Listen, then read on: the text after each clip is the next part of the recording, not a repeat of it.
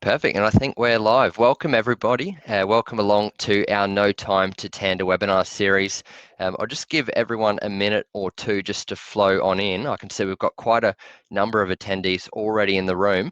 I'm sure everyone at this point is familiar with how this program works, but just to ensure that everyone's in, if you can pop a little message, as David already has, saying hi Ryan and Rory, in the chat bubble to the right, just so we know audio's good, video's good, and that everyone's ready and raring to go for today's webinar. Great to have everyone along. Perfect. Everyone already knows based on the comments that I've got our team member Rory with me today. So Rory is an account manager in our enterprise team. Everyone already seems to know her based on the chat here. She's joined me in past. Rory, if you'd like to say hello to everyone. Hi everyone, welcome along. For anyone who joined our last webinar that I participated in, it was about rostering, if I remember correctly. We did have some technical issues, so I have moved rooms this time.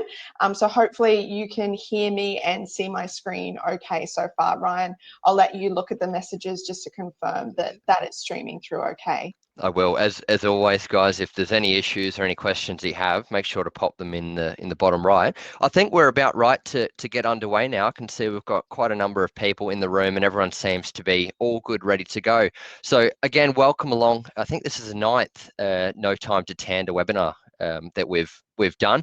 It's great to see everyone coming back, and Happy New Year to everyone. I think this is the first webinar of 2021 as well. I know we all say it, but we're hoping for a much better year. But to kickstart our year, we're going to be focusing on some advanced compliance features and functionality in Tanda. And I'm really excited for this one because we're going to be introducing a feature that most of our client base has probably not heard of, let alone seen yet, and that is our new wage compare or new wage comparison feature, which we'll be starting with today. We'll then move across to regular hours in our permanent part-time compliance overview. And why this is going to be important is over the next couple of months, we're going to be introducing new award rules to take advantage of new functionality that we've built onto the Tanda platform that allows you to accommodate your compliance requirements with permanent part-time employees. So we'll cover that and give you a bit of a heads up as to what the new functionality is going to look like as we release it over the next couple of months. And finally, one that offers great deal of value to a lot of our customers is compliant record keeping through the use of shift questions. So I'm sure everyone at this point has used or seen, at least heard of our shift questions feature, but I want to dive into a few use cases on how you can use that to ensure that you're taking advantage of Tanda to maintain compliant record keeping. So if anyone comes back to audit the books, 4 or 5 years from now, you've got all the data there. There's no guesswork as to what happened or why an employee started a shift early. So that's a bit of agenda. If we move across just to the housekeeping, won't spend long here because we go through this every webinar, and it's great to see so many familiar faces back. Controls for the webinar over to the right. Most people have found those to answer questions or to use the chat tab as well. Sending comms through if there's issues with audio, video, etc. And a recording. As always, we're live on recording at the moment. So if you want to watch this back or maybe you weren't able to make it live today, we will send you the recording to this webinar as soon as we're done, so you can watch it back and revisit any of the topics that we cover. So before we jump across into Tanda now, a quick overview as to why we built the new wage comparison feature. So wage compare can be used for so many different use cases, but one of the most popular ones is to enable you to compare what you'd pay maybe an annualized salaried employee against a dual classification of maybe the full-time equivalent of what they'd be paid under the award or enterprise agreement if they were a full-time employee. And it essentially allows you to interpret and look at the same set of timesheets, the hours that those staff members have worked, and look at what they would have been paid under both. Now, we won't cover specific awards or where it isn't relevant. So definitely worth checking based on your industry award or your enterprise agreement, how applicable this is for you. But maybe you even want to just compare what a wage increase would look like for an employee, or maybe if you boosted them up from a level 2 to a level 3 classification, what that would cost the business that's essentially, yeah. And Angela, great question. I'll cover that one straight away. You can compare two different awards as well. So maybe you're paying under an enterprise agreement and you want to see what that would cost the business to move everyone to the relevant industry award that would be relevant for those staff members. You can definitely compare two different awards. You can pretty much compare two of any different compliance setup in Tanda. So with that said, I'm going to pass over to Rory now, who's become the in-house expert around wage comparison. She's going to show you how it works, how you can set it up, and some little handy tips. And as always, ask any questions if anything's unclear or you want to learn anything else as we go through. Over to you, Rory. Fantastic. Thank you so much, Ryan. So as usual, we are going to jump straight into the product and show you how this functionality works within the core Tanda platform. I do just want to reiterate what Ryan said around, we're just going to be talking generally about the functionality today. If there are any sort of specific use cases or more specific awards that you use and would like to sort of know some more information about how you can meet the requirements under a specific award or enterprise agreement, then certainly, you know, contact the team following this webinar and we can jump into a little bit more detail. But if we have a look at, you know, just a generic account that we have here today, want to make it very clear that this is all fake information. It's no one's Tanda account at all, so no impact to any data to anyone. But we do have our staff list here, and we're going to jump into how you would actually access the functionality and set this functionality up for relevant employees. But before I do that, I will just again make it clear that this functionality is currently not something that you can enable yourself within the product.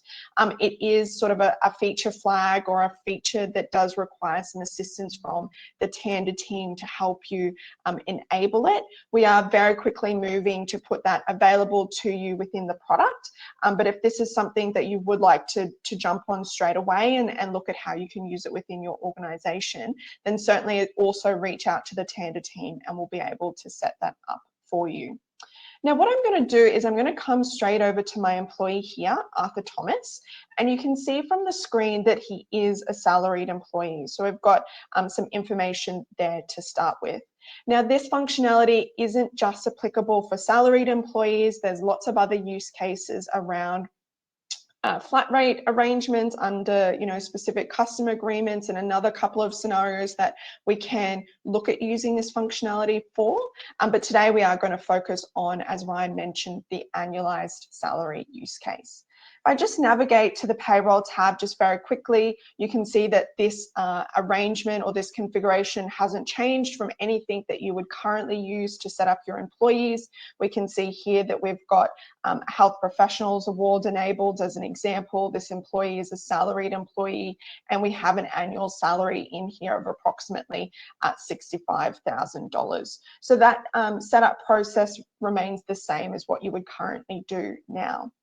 Once the feature is enabled, however, what you'll actually come across in the employee profile is an additional tab. So this is our wage compare tab here. Now, this functionality is visible to payroll officers and above, so your payroll officers, your admins of the organization, anyone who has access to edit this page, so information relevant to the payroll configuration of the employee, will also have access to the wage compare tab from a configuration perspective. So that's important just to keep in mind who actually has access to this information once the feature is enabled. If I click on my wage compare tab, I'm going to show you an example that's already set up, and then we will also look at another employee in terms of setting up this information. What it does allow us to do, or what this tab allows us to do, is, as Ryan mentioned, set up a comparative classification for the employee. So we have our salaried employee who is earning $65,000 a year, and we are now going to look at their comparison if they were a full-time or a part-time employee as per the relevant award or EBA provisions or whatever makes sense within your business. If I click on my little edit functionality here, what I'm actually going to be presented with is another modal in which I can enter that comparative information. So you can see here that we're saying that the employee, again, under that same award that we currently have, that they now become a full-time employee. So that's their classification if they were going to be classified as per the relevant award, which we've enabled here above. You can see that we're going to come through and choose the correct level of the employee. So I think we have here a level 2 employee, for example. And this is now our comparative classification. So day to day on their timesheets, they're a salaried employee. The salaried rules will work as expected from a timesheet perspective. There's absolutely no impact to your exporting process. But from a wage comparison perspective, and we'll show you where this information comes into play from a reporting perspective in a moment, but what we have here is that Arthur, if classified as per the Health Professionals Award here, would be a full-time level 2 as an example. So this would be set up against the employee generally for many awards when the employee commences employment with you, but there may be other arrangements about when an employee falls under this sort of arrangement or comparative arrangement. And the really fantastic thing about this functionality is that we can have sort of effective dates. So this one here starts from the 4th of January. I believe that was, the first full pay period of this year. And we've actually got no date chosen here. So this means that this comparison will be effective from the 4th of January through till ongoing with no date at this stage. That field, though, does allow you to enter in a sort of a forward-thinking or proactive end date. Say, for example, you do have an employee who is perhaps changing some classifications around perhaps the level that they are, and you know that, say, for example, that this classification will change for the employee, coming through to the 4th of April, as an example. You can actually come ahead and set this up so you can have a comparison that continues on indefinitely. You can have a comparison for a set date. And from a reporting perspective in the wage compare report, and I'll show you that in a moment, we will automatically look at this information based on those effective dates. It does mean that going forward, if we had this here configured until the 5th of April, we could effectively also come in and set up a new comparative classification for the employee from the 5th of April onwards. So there is some functionality there to have it continue indefinitely based on the employment history of the employee. We can do some proactive dates there as well, so that will make it nice and easy for you to track and certainly have this information coming through into the wage compare report. If the employee would otherwise be entitled to an automated allowance, for example, so the laundry allowance is often a good example because if you're a full-time or a part-time employee, you may be entitled to a laundry allowance as part of your pay entitlements. There is actual functionality here to include that as well. So as a salaried employee, you may not receive access to a laundry allowance, but if you are a full-time employee as per a relevant award or enterprise agreement, you may be entitled to a laundry allowance. That means that you can come in, set up that automated allowance, and there's a number of different options here, again, based on the award or the comparative award that is applicable to your employees. You can actually set that here in the modal as well. So that means that when we come to do that wage comparison, we have all of the information that we need to know to do that comparison for you without sort of any additional work. So this is then going to be saved against the employee.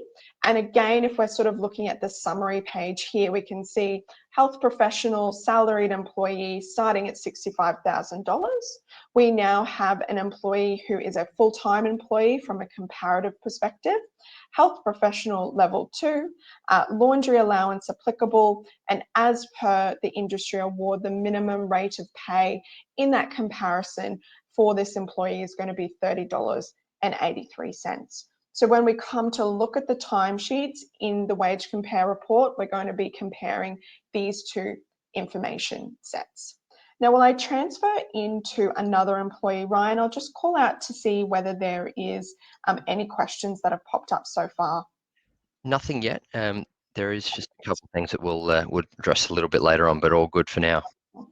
Great. So if we come into Ava, I just want to really quickly show you how easy it is to actually set this information up. So again, the payroll tab, we've got a salaried employee here, for example. We can come through into the wage compare component, click add. We can come and choose an alternative sort of start date. Perhaps it does start here from the 1st of February. We've now got we're now going to change, the type of employee. So they are going to be, for example, a full-time employee. When we look at that comparative classification, perhaps they would be a level 3 supervisor. Perhaps they do have a uniform, a full-time uniform requirement there as well. I'm going to set that up. And then if the employee is going to be paid as per the award, so the minimum rates, I'm just going to cancel that out so that we know that we're going to use the base rate column here. I'm going to click create comparison, and we've now got that information very easily set up. So from the 1st of February going forward, our fast food salaried employee now becomes a full-time level 3 supervisor employee with a required uniform as per the full-time entitlements there, with a base hourly rate of $23.74. Now that now means that on Ava's profile, this is set up. She can continue to work her shifts as expected. And then from a business or organization perspective, there's going to be some checks and balances that you do throughout the year, perhaps on the employment start date, anniversary of the employee, depending on those requirements per each award. And then you'll be able to come into the report, which we're going to jump to next.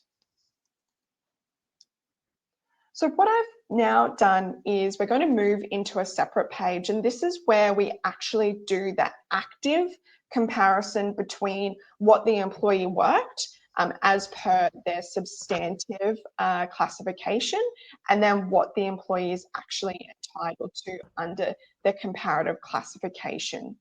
When I come to how I navigate to my report here is I actually come into my reports tab in the top of the navigation bar, and then the third option from the top, which is wage comparison. This page, or once you click on that menu item, will load this page here. And you do have a number of different filters that you can use as per any of our other reports. You also have a date picker here. So that functionality is there for you to go back, the last period. Maybe it's a custom quarterly period. And of course, from that annualized salary perspective, longer periods based on different elements for the requirements for our annual salary testing. And then certainly if we have a look at coming back to our example of Arthur, who did commence his comparative classification, early in January, we can see that we've got a couple of timesheets here that have actually been worked by Arthur. So we've got a period here. No shifts were worked by Arthur during this period, which are just grayed out. We've then got January 25th through to January 31, and we can see that based on, the 38 hours of his contract as a salaried employee, we've classified that and calculated that at that 38 hours. And if we actually come across into the right-hand side, this is when we look at the compared costs. So if the employee was working perhaps some penalty entitlements, or perhaps worked a weekend shift that was outside their usual pattern of work, they may be entitled to other pay elements, so overtime or penalties, etc. And what we can actually see is, and we'll jump into the timesheet in a moment to have a look at this in more detail, but based on the types of hours that Arthur worked in this period, there has actually been an underpayment compared with the employee's timesheet cost. Now, please do keep in mind, this is a completely fake example of some completely fake shifts that we have configured in a fake employee's profile. This does not at all, reflect what the employee may or may not be entitled to. Again, just an example, but what we are telling you, or what we're able to show you now, is that where there have been potentially some underpayments or even some overpayments from a salaried perspective, when you're comparing again against the relevant award. If I then come down to our next week, so the week starting the 1st of Feb through to the 7th of Feb, which is this week again, so we're sort of forward planning, we can actually see that based on the types of shifts that the employee worked, we do actually have, a $53 overpayment here on a week-by-week basis based on the types of hours that the employee has worked in that period. So the idea is that you can keep potentially a running total. So perhaps you're reviewing this on a more regular basis. Perhaps you are using it for that annual review. And there is some functionality similar to many of our other reports where you can actually set this report to be emailed to you automatically. So perhaps you want that sent to you on a month-by-month basis, and then you're chewing up against, the annual period. You can have this set up to be sent to you. The other functionality we do have is being able to download this into an Excel as well. So that will allow you to look at these numbers in more of an Excel. So from a reporting perspective, you can review that information there. And we're actually in some development at the moment to build out what that export looks like. And as part of that approach, we are going to be helping you to more accurately understand whether there's been any Super Bowl components, top-ups or underpayments there as well. So we are looking at potential underpayments or overpayments for time worked, but then also that super component too. So lots of functionality to be able to help you manage that as you go. So we do show this breakdown week by week, and then for your period, there are, of course, total hours, total timesheet costs, the compared costs, any variances there.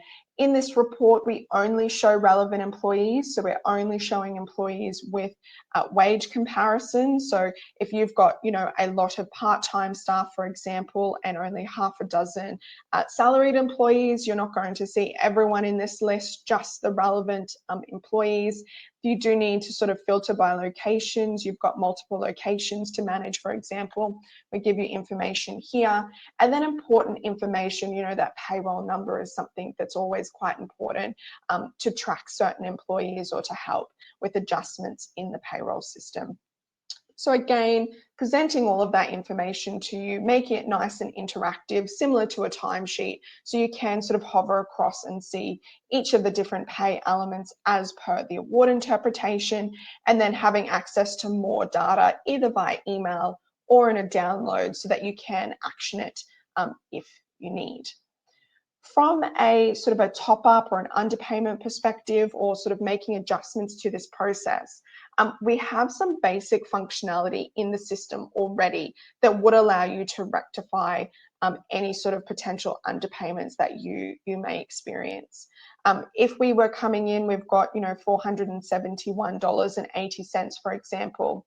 We do have customers, and I'll load our Arthur's timesheet here. We do have customers who have created different types of allowances that allow them to top that up into the employee's timesheet, to have that export to payroll as part of the normal timesheet export process, but then also have it included in that wage comparison process going forward as well. So we've got Arthur's timesheet here. So this is for the week or the period that we did have an underpayment, just based on the fact that the employee worked a weekend shift that they wouldn't ordinarily do, and that shift attracted some penalties and some overtime based on the type of employee that they are. Can come in here and I can actually add, I made a top-up allowance. So I just went into the compliance tab. I made a manual top-up allowance. I made it applicable in this scenario to salaried employees only. And I can actually come in, and I think it was $471.80. So I can manually add that in here, save the allowance. I'm going to recalculate that allowance here. It'll show up in the employee's timesheet. Again, we can have this exported to payroll, so you can have that as part of your normal payroll process. And if we come back to our report, I'm actually going to just regenerate this report, and let's see if we can get that little top-up allowance to come through.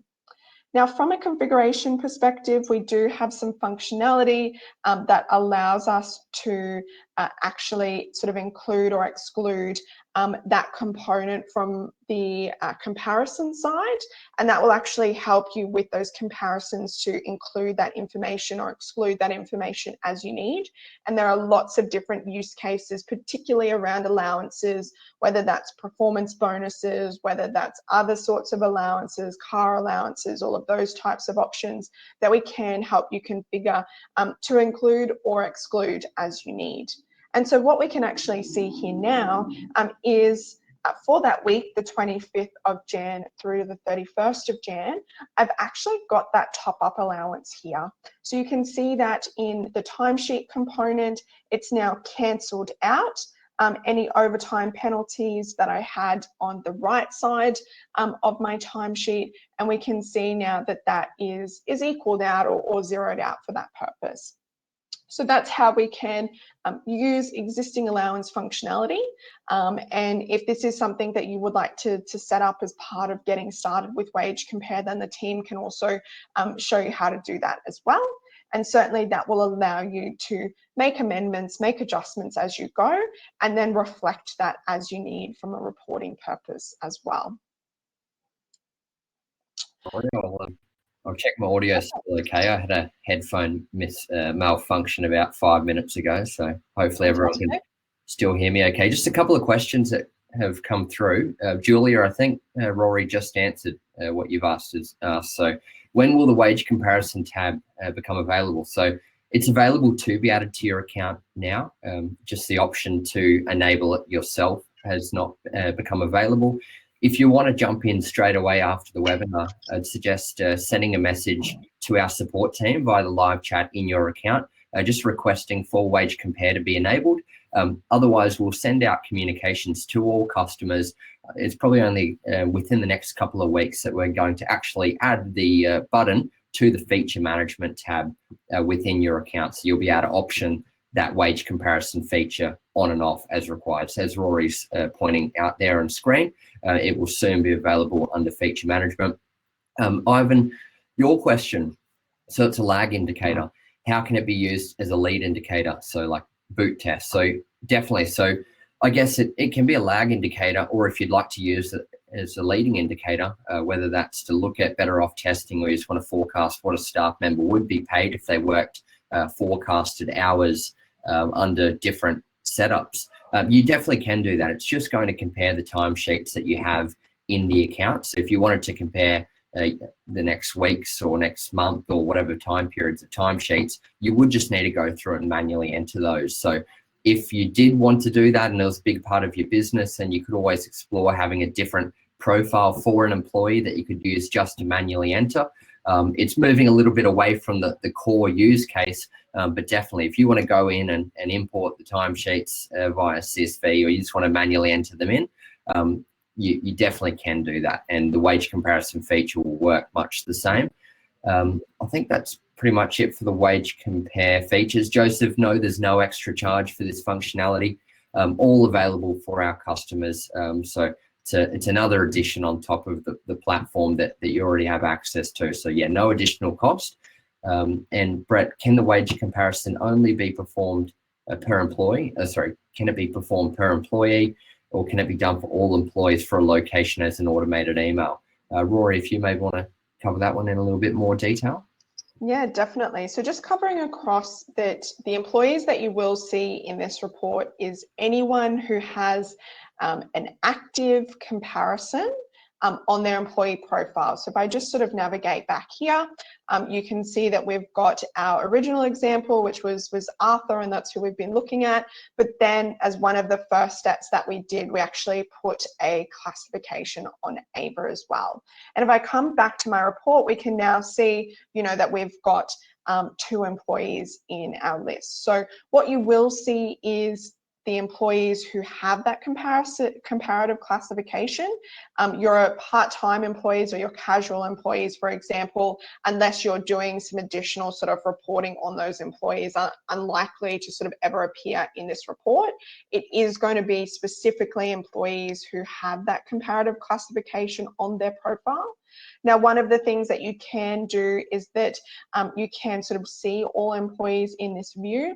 You can also come through and use your location filters to break that out either by location, or perhaps there's different sorts of classifications you'd like to look at based on the different configurations that you have. And certainly from a filtering perspective, both of my employees here are Brisbane, so I'm not going to be able to sort of easily demonstrate this to you, but you could, for example, use your Brisbane location filter, actually save this report, and you can name it, you know, your Brisbane wage comparison report as an example. Set up the specific sort of date range that you want to receive. So is it a rolling month going forward, for example? Is it on a weekly basis? You as an individual user can configure that step. And then using the email functionality here, you can actually set up when you would like this report to be triggered to you. So perhaps you want it to be on the first day of the month for the previous month, and you want a separate report for Brisbane versus Melbourne, you can certainly do that. Or if you're happy to receive all employees in one report, then you can also, you know, do that as an option as well. I would just keep in mind that from an email configuration perspective, it is on a user by user basis. So if you have a number of admins or payroll officers in your team, unfortunately, you can't set that up on their behalf, but certainly you could give some really easy instructions to those team members about how they can do it themselves. But then it also allows them to make, you know, a few adjustments to the way they receive that report as well.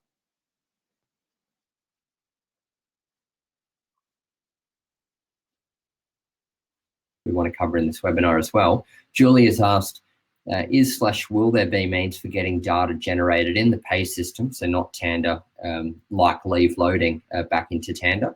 So Julie, typically not in terms of data flowing back from the payroll system into Tanda, but it brings up a really important topic of the wage comparison is only going to be as good as the data that we have in Tanda. So if you find yourself approving leave or timesheets in Tanda, exporting that data and then making manual adjustments in the payroll system at a later date, and then not coming back into Tanda to reflect those changes, then Tanda is no longer the source of truth for the hours staff have worked, and the interpretation is no longer final in terms of what the employer's been paid. So it's important best practice that final times that's being paid in terms of worked hours and leave are always in Tanda.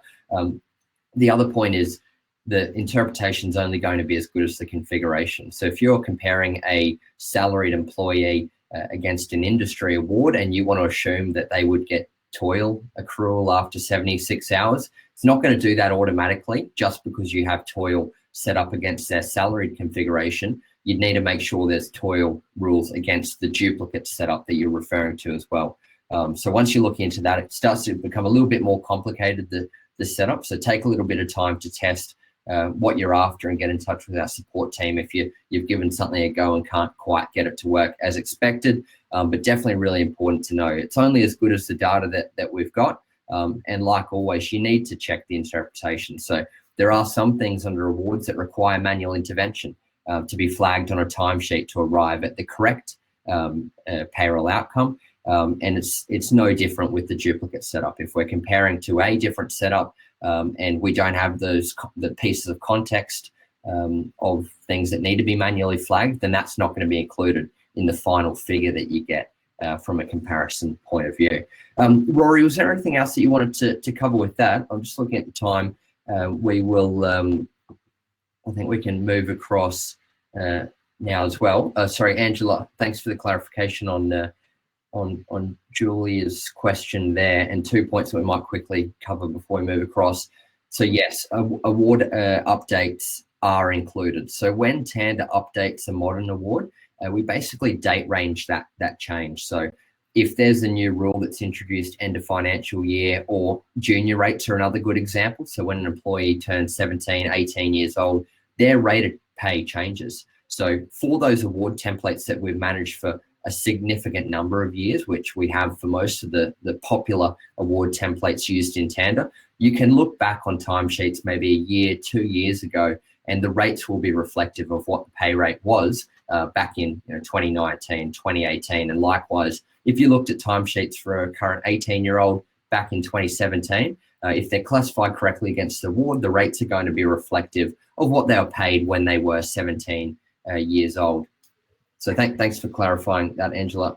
Julie, I hope that's what you're after. I'll cover the Feb 1 updates just at the end of this webinar, just because it's not the main topic for today. Rory, I think we're about right to move across now. So thanks. Yeah, I would just maybe make one more comment just around having access to this sort of functionality directly within your Tanda account, and how that can become a really sort of core part of your proactive business management.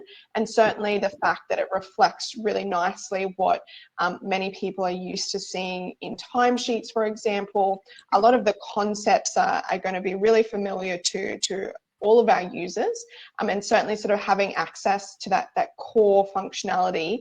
I really sort of hope that it is going to help many of you stay on top of this and be able to proactively sort of manage different changes throughout your business across employees. So it would be great to, once you do start using it, if you do have any feedback about the functionality, whether it's good, bad, we'd very much sort of love to hear feedback from you as well.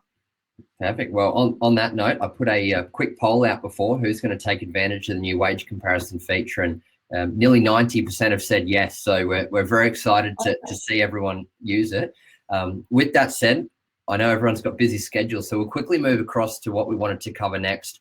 We won't spend too much time on it, but I wanted to re-highlight regular hours. I know we've harped on it in many webinars in past, but 2 reasons that I want to call out the significance and the value in setting up regular or contracted hours for an employee. As many people are aware, there are a few awards, and the list is growing, where the award specifies for permanent part-time employees, they need to have set contracts, and that's no longer 20 hours fixed per week. It's specifying they need a written start, finish time, as well as the total hours per day and per week in their contract. Now, we're not covering again, specific award or enterprise agreement here, but it is growing across the many hundreds of possible awards that you could pay your staff under here in Australia. And we've built functionality now to support that, and we have for some time as well, and we'll be looking to roll out the relevant award rules to support that functionality over the next couple of months. We're kicking off next month with the Health Professionals Support Services Award, and we'll be introducing, and we'll send out more communications as well, the relevant rules to support the correct payment of overtime and penalties when those part-time staff work outside of their regular or contracted hours. So as you can see on the screen that Rory's covering, this is how you can set up your regular hours. So you simply select the edit button or the create button if you haven't set it up for employees yet. You can enter their start, their finish time, total hours, assign a default team to those employees, any default breaks as well that they would typically work in that contracted hours, and save that against their profile. We now also support varying lengths as well of that contract. So if that contract period is over 14 days, over 2 weeks, might even be a 4-month pattern where they work extra hours in first weeks, less in the second. You can configure that there. Once you've got the regular hours set up against the profile, and we won't cover it here because there's plenty of support material available in that help center in the top right corner of your account, but you can automatically build rosters for employees using their regular hours. You can also have staff mutually accept to work any additional hours outside of their contract. So many awards specify that an employee can work outside the contracted hours, and if they mutually agree so between employee and employer, then it can be overridden and paid at the normal ordinary rate of pay for that shift as well. So there's a lot behind it. The third value grab, and a lot of our customers realize this over the Christmas period, is by leveraging our autofill leave feature as well. So the autofill leave feature will essentially look at the regular hour pattern of an employee. And let's say that I, for argument's sake, work part-time and I work Monday, Tuesday, Wednesday here at Tanda. And let's say I want to go in and apply for Monday to Friday for leave. Tanda will automatically know, based on my regular hours pattern, that my contracted hours are Monday, Tuesday, Wednesday. So my leave hours should be completed with the hours I work those days, but no hours should be entered against my leave request for Thursday, Friday, as an example, if that's not my typical contract hours. We actually covered this in our last webinar as well, around public holidays and autofill leave as well. So if we can get a link handy for that as well, otherwise reach out to our support team and we can send you a link to that recording if you didn't register for it, and automatically get that after the fact. As you can see here, Rory is demoing on screen, going through to complete. You can see as an employee goes through to complete that leave form that it's auto-filling from the regular hours pattern. And it basically takes all that legwork of having to manually edit the breakdown of leave for employees.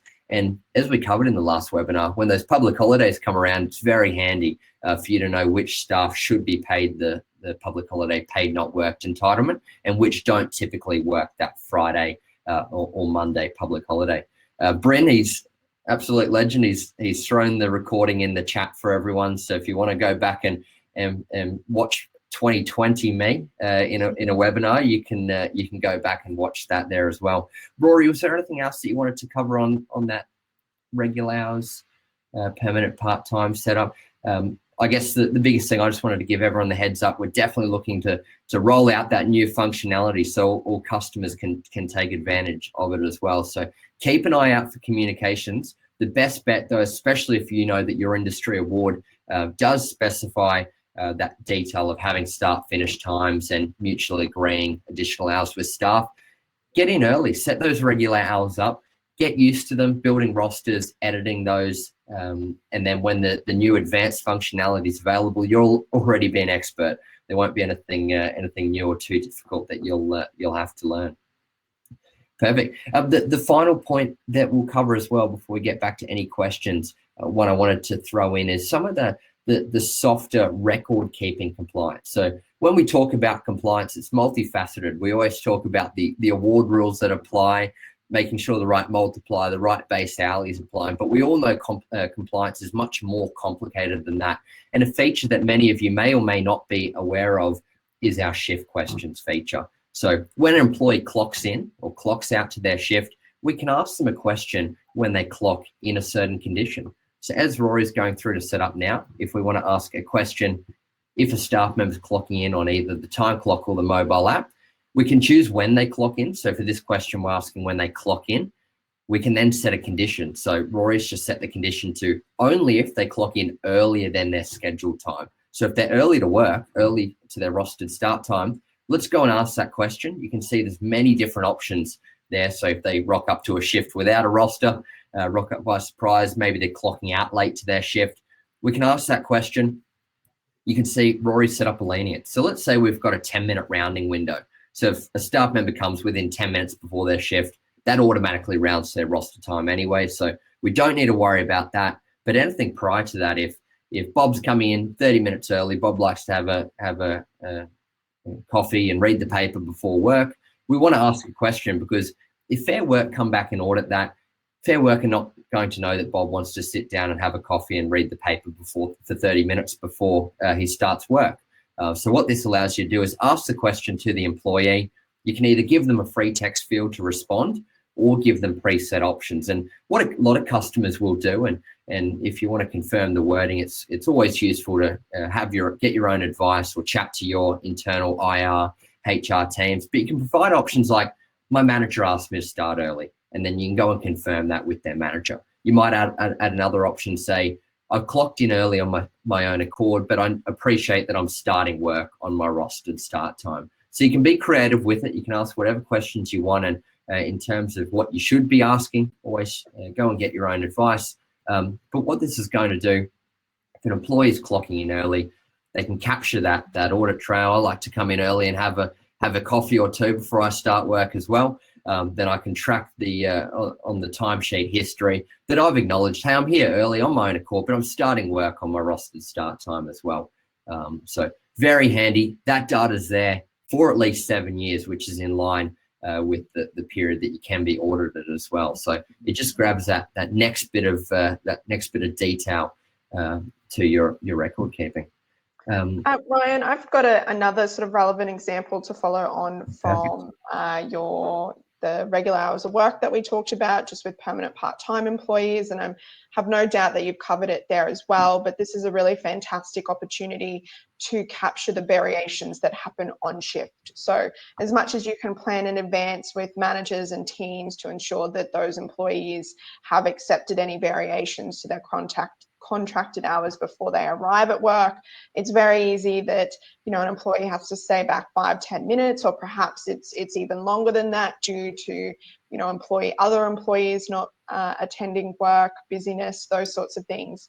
I mean, rather than having to capture that manually on a piece of paper that, as Ryan said, you're required to keep for 7 years, having those time clock questions and having employees sort of accept those variations as part of that workflow on the time clock at the time that those shift variations are happening, and being able to store that within the Tanda system for record keeping. And certainly some of those rules that Ryan mentioned around switching between overtime and ordinary hours, there's a really fantastic workflow that you can look at potentially using here as well. Great, thanks for that, Rory. A few other, not questions in this sense, we've had some great use cases come through from customers. So Ivan, shift questions are excellent, used it through COVID as reminders, and also compliance of wearing masks. So great idea there. Chris, we have a question for all staff asking to make sure they're not under the influence of alcohol or illegal drugs. Another great question as well. We saw a lot of customers having the full in-depth COVID checklist as well, as Ivan was suggesting there as well. David, shift questions are a great feature. Can the response be added to the attendance tab under the employee profile? Look, I think that's a great idea. David, I think that sounds great. For anyone who's not familiar with the best place to pass feedback through to ensure it gets put in front of the right team and our engineers, Rory, if you can just hover over the help button in the top right corner, where it says submit ideas there. I'm sure everyone's familiar with this at this point in time, but that is the best place to add any awesome ideas that we have. And if you go through and read some other ideas that you think you would value from being in Tanda, definitely jump on and upvote that. We have many different ideas that we come up with, our customers come up with, and to ensure that we're prioritizing the most impactful and high value features, that's one of the great areas that we refer to. So David, if you want to maybe add that there afterwards, I'm sure there'll be a backing of webinar viewers who'll go and upvote that for you. So thanks for that. David, just in the meantime as well, is that if you are using the time clock already, it is possible to export all of the responses out as well. So on the timesheet page, you can actually use the export to Excel functionality, and there's a tab in there that pulls out all of the detail regarding time clock questions and comments in general, actually. So what it does do is it shows you the question that was asked to the employee, their initial response, and then if there were any manual adjustments within the timesheet itself. So perhaps an answer was provided by an employee, but that was changed by a manager or someone with timesheet editing access. Then we also keep a full audit trail of that information for you too. So there is a way to access that outside of the Tanda UI currently. Actually, one other thing, Rory, I think that we can cover as well. I believe there's actually a new report that you can embed. So if you can maybe, we'll be doing this live, but for everyone, if you head to the platform tab for me. So this might be a new area for many people as well. So under the platform tab, we've started to add different platform templates. If we go to view next to reports, I think what we're after, if I can pull my screen back up for the name, is shift comments per period. So Rory, if you click on that, we're not actually going to have any shift questions, but for anyone else following along, if you option that into your account, you'll actually be able to find that under your reports area, as Rory is highlighting at the moment. You can also choose to have this visible on the dashboard as well. And that will essentially show you a report of all previous shift questions. So we can, the responses from customers. So here we've got the period of previous week. We can also filter down by comment contained. So if we're looking for certain themes, but that is a handy report to be able to surface those as well.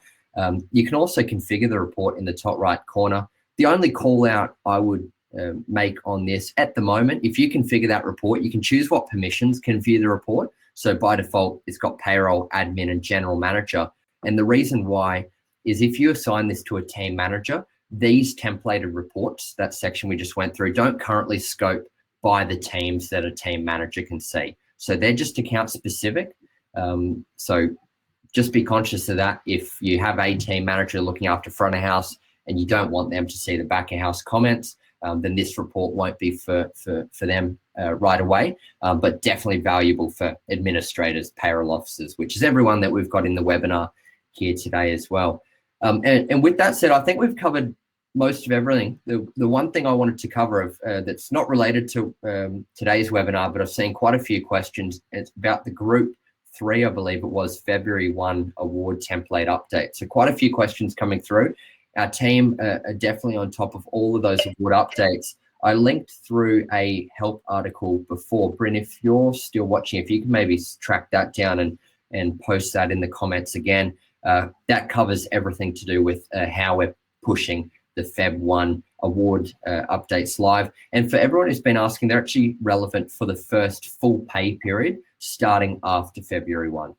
So if you have a pay period that started at the end of January and it's going through, David, thanks for that. You've nearly beat Bren to it. Appreciate you sending that through. So if the period ended at the end of January, then that is not the period that the rates are relevant for. However, if you've had a pay period start anywhere from February 1 through to whatever date, then that is the period that the rates are effective. So the team are currently working on pushing the rates live. No one would have actually had to have paid them yet. I believe February 7 will be the first day our first Tanda customer will pay the new rates. Some of the awards have already started to go live, but that help article will cover everything in terms of what awards are being updated, what it will look like when the banner appears in your account to update to the new rates. Perfect. Ralph, sorry, no one's responded to my question above. Is it possible someone can contact me with a response after this webinar? I'll quickly just try and scroll up to see where your question was. So just one final question we can cover here. If an organisation is on an EBA, is there ability to manually replace that with the award? Ralph, is that the question you're referring to? Can I maybe just get you to clarify? And we can always talk about this after as well. Assuming, sorry, that must have been a different question. If I can get you, Ralph, if you want to maybe just pop a message in your live chat just after the webinar, I'll jump in there after the webinar as well and give you a call, and we can work through that. For everyone else, I think that's everything else covered. So we might leave that there. And if there's any other questions that anyone wants to cover, as always, feel free to get in touch with our support team about topics for what we should cover next as well. You can see Rory's got the screen on page there with more information. And keep an eye out for the invitation to the next webinar, which will be next month. The year's moving along quickly, but next month we'll have a new webinar, so keep an eye out. Thanks, everyone. Appreciate you coming along today, and hope everyone's staying well and safe, and we'll see you all soon. See you, everyone. Thanks, everyone.